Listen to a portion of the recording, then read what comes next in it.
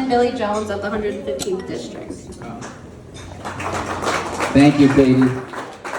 It's great to be here this evening, and I did write down some words to say, but it's a little dark in here, and I probably won't be able to read my own pen scratch anyway. But certainly wanted to thank everyone for being here. We're here at the Grand Adirondack Hotel, so let's give them a big round of applause for putting this on. I want to thank Holly for this invitation to be here tonight with all of you. And to all of you, the donors, the sponsors, the caring community members, and of course Holly's family and friends, for all that you have done for this worthwhile cause.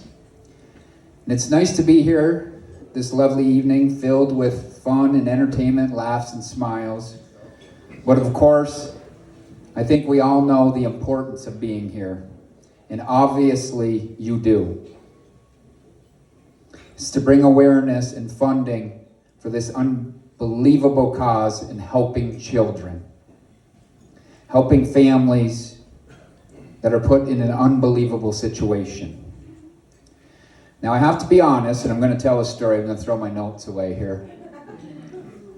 The first time I met Holly was quite a story, and I'm going to come off as a horse's ass here. So it's back in 2022, and it's about this time of year. I actually looked it up in my calendar today, and it was November 1st, and I was running for election, and November 8th of that year was the election, so it was exactly a week before. So we're going through and we're doing all these stops, and an election is pure hell, honestly, on the not on the candidate, but the people around the candidate. I will tell you that. And so I'm with my campaign manager and my chief of staff at the time, Scott Matthews, another local Northern Tier boy. And so we're running around, we're going to events, and so he said, we have to make this other stop. And we pull in this yard in Jay, New York, and I'm like, and I'm giving him the business, and I'm like, are we at the right house? What are we doing? What are we doing here? I mean, I gotta get out and campaign. What are you doing? And he's like, I think this is addressed. If you know Scott, he's, gets a little nervous sometimes. And so all of a sudden at the door, you see this young lady. She's waving and she's motioning us in, and it was Holly. So we go in and we're looking at family pictures of her beautiful children, and looking at the house. And Scott was more interested in, she had put out some coffee and cookies and treats, and he was like, I need to eat. And so we sit down at the table, and Holly starts telling me the story of Carson and what they have been through. And she's telling me back in 2014, obviously Carson went to a routine family appointment for a common cold, and they found a mass, a lump near his kidney that was neuroblastoma, and obviously her life was thrown in flux from then on. She told me about the following two lumps that they had found in the ongoing years of neuroblastoma, and telling me that everything that they had been through, and talk about hitting home. I'm out in the car complaining about running a stupid campaign, and these people, her and her family, are struggling with a life and death situation. So we had talked, and obviously I had never heard of neuroblastoma before. I just hadn't heard of it, and hadn't realized some of the obstacles that they were facing, obviously, and continued to talk. And she said, you know what? He's well now, though, because he's a fighter. He's a warrior, Billy. He's doing well. So she went on to tell me about, obviously when this happens, there's a lot of questions and there's a lot of what if and what do we do here, and a lot of things that are unknown to her and to families that go through this. She told me about the funding that all the organizations get, and I didn't know this fact either, that of all the funding that comes in for cancer, 4% goes to childhood cancer. And I was shocked. I mean, it's a startling fact when you think about it. She told me about, if they could get proper funding, they could do groundbreaking things like immunotherapy vaccines, and a vaccine that could be used for pediatric solid tumor cancers, MSKs.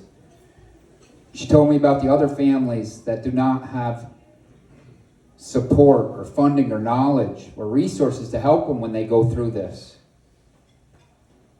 And then she looked at me, and she's already said it, we've all followed Holly, and she said, "Billy, what would you do?"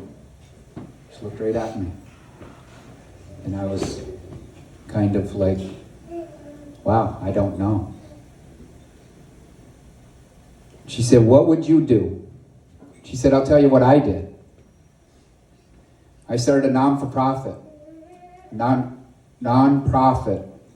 Hope for Miracles." She said, "We have a goal of giving away $100,000 in December for research for childhood cancer." Yes, exactly. She said, "Someday we want to give grants to families to help them through this with their cancer treatment and other costs when they're going through it." And gosh darn it, she's done it. You've done it.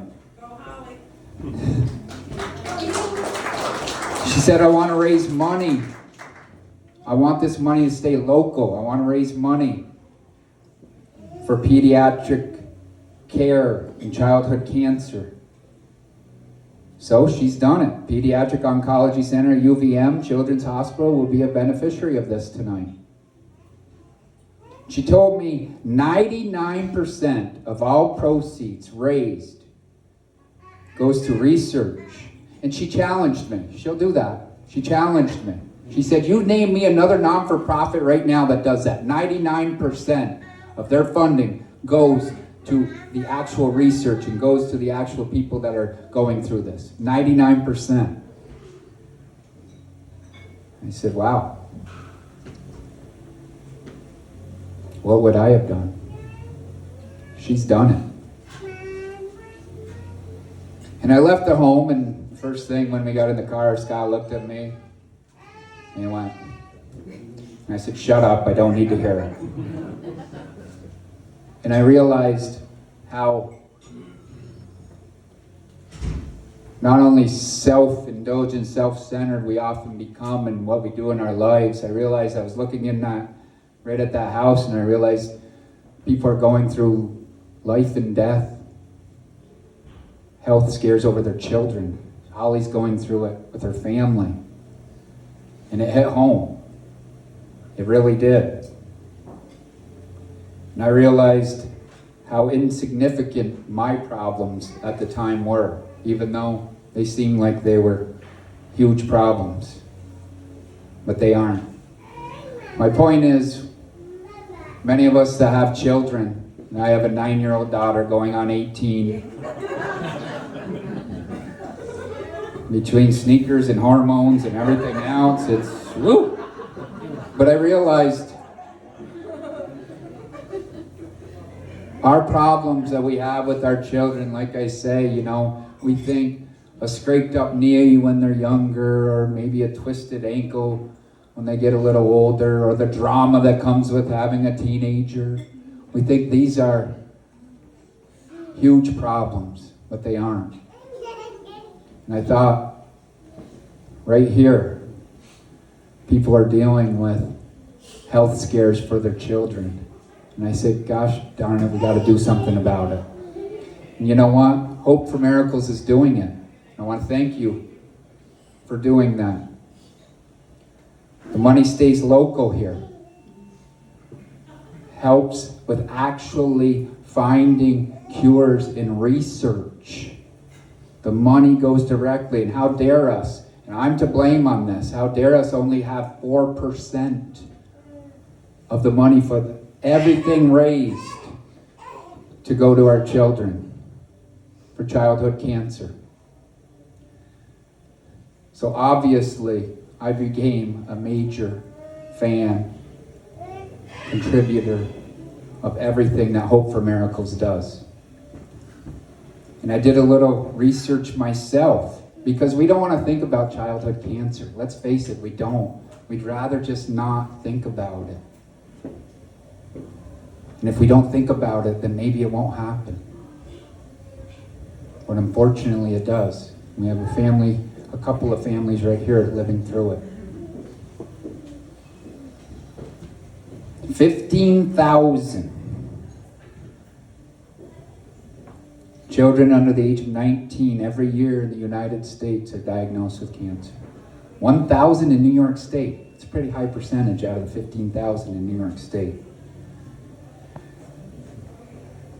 So this year, we were trying to advance some things in New York State that would give more money to childhood cancer. And we did one of those little checkoff boxes for tax returns that, quite frankly, there's 34 choices when you're doing that. And they're all good choices, don't get me wrong. I mean, we have for veterans groups and veterans care and, anywhere from adult cancer and all kinds of great organizations, but we can do better than that. Than being one of 34 in a little checkoff box. And those funds aren't getting out the door appropriately. So I go back to Hope for Miracles. They are doing it. You are doing it here. Putting the money to where it has to go and where it needs to go to help our children. And I can't thank you enough. I can't thank Holly and her family enough for doing that. And she said to me,